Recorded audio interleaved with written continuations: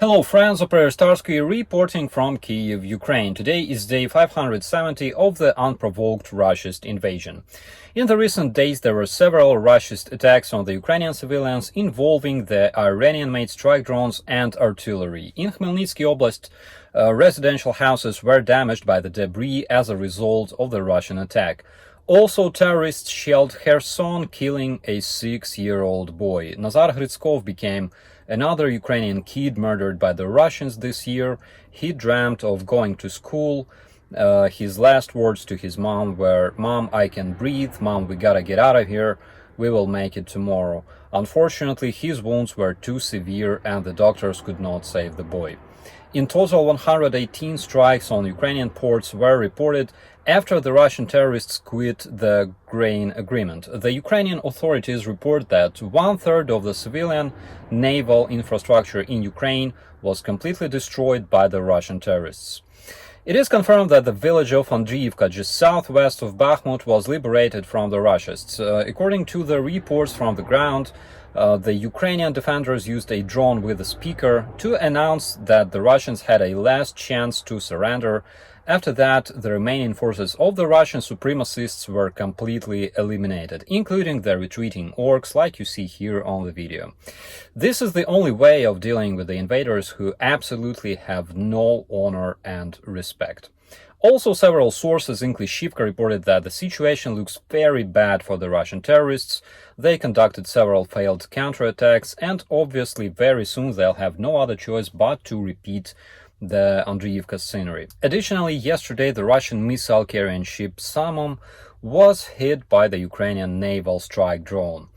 According to the legendary Security Service of Ukraine, an experimental Ukrainian drone was used to strike the ship, which completely lost its mobility as a result. The Ukrainian Special Forces showed a footage of the operation in Sevastopol, which resulted in destroying a Russian ship Minsk several days ago.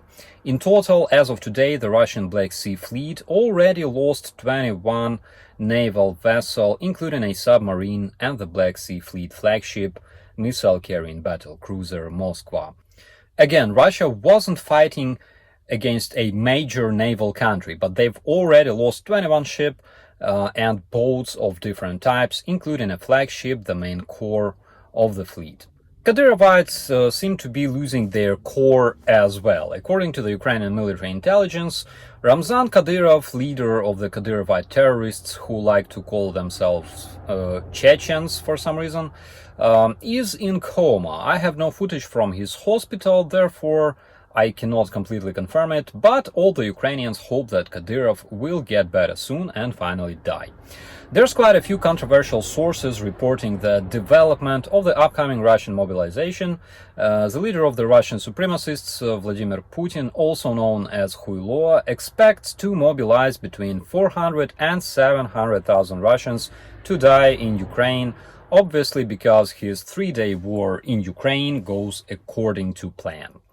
Meanwhile, a bunch of the Russian escapees in Georgia who fled from the mobilization but didn't stop being disgusting are still being spotted across the country, doing what the Russians usually do, like drinking, celebrating, and singing the Russian patriotic songs, like on this video. Here they're proudly singing "Ya Ruski," which means "I'm Russian," while having fun in a Georgian restaurant, which looks kind of cringy because they fled to a foreign country because their own motherland wants to kill them in Ukraine. Dear friends, these gangs are extremely dangerous, and if you have them in your neighborhood, please be aware. There are numerous videos of the Russian tourists behaving like Russian tourists in the foreign countries. For example, you probably saw this famous video of a lady harassed by a Russian tourist in Germany and saved by a local biker. Generally speaking, I found quite a few very cringy Russian videos this week. Here you can see a drunk Russian terrorist who returned from Ukraine.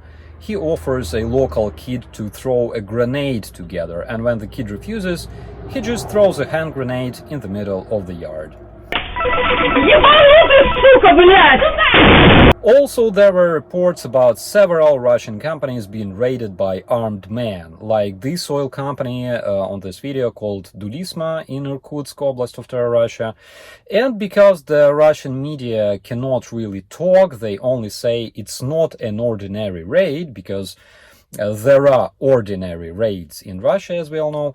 And the situation is complicated, so to say. The Russian media, of course, cannot say anything more on that, because the editors don't want to end up in jail together with Sergei Girkin, who was, by the way, initiating the war in Crimea and Donbass in 2014.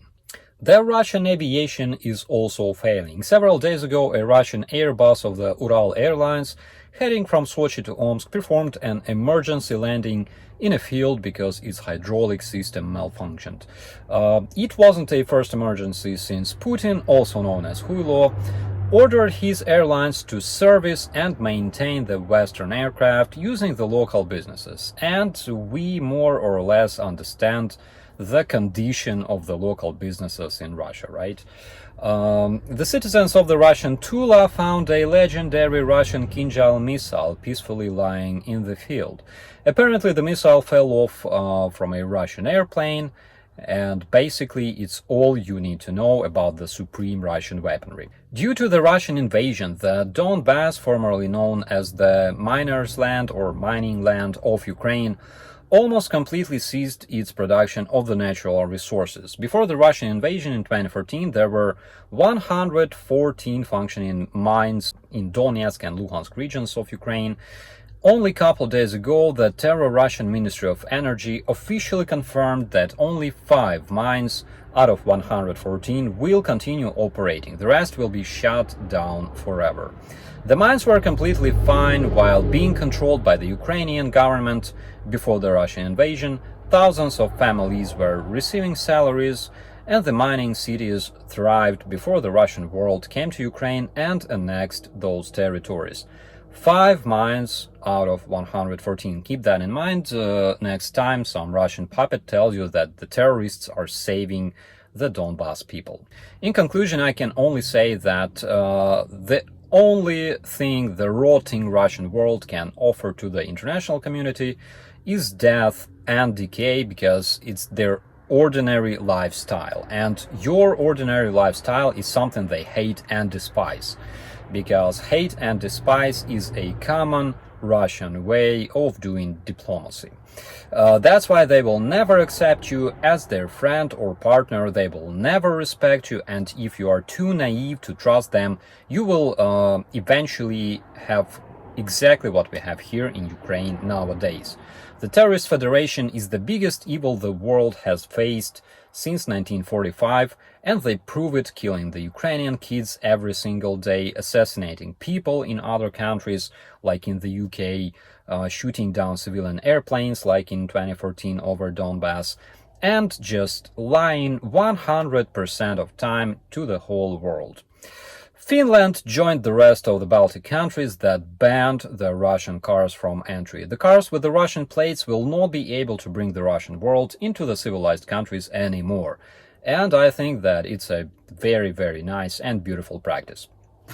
Volodymyr Tovkis, disabled veteran of my brigade, National Guard's 4th operative, won a gold medal at Invictus Games, which took place in Düsseldorf, Germany. Vova started as my subordinate sergeant in the infantry, later he became a recon, and in 2019 he got wounded by a Russian soldier near Svetlodarsk. The bullet went through the right part of his brain, leaving him paralyzed, but after numerous surgeries and rehabilitation, Vova Tovkis became a hero for all of my brigade and the rest of Ukrainians, inspired by his willpower and courage. My name is Operator Starsky, reporting from Kyiv, Ukraine. As always, be safe.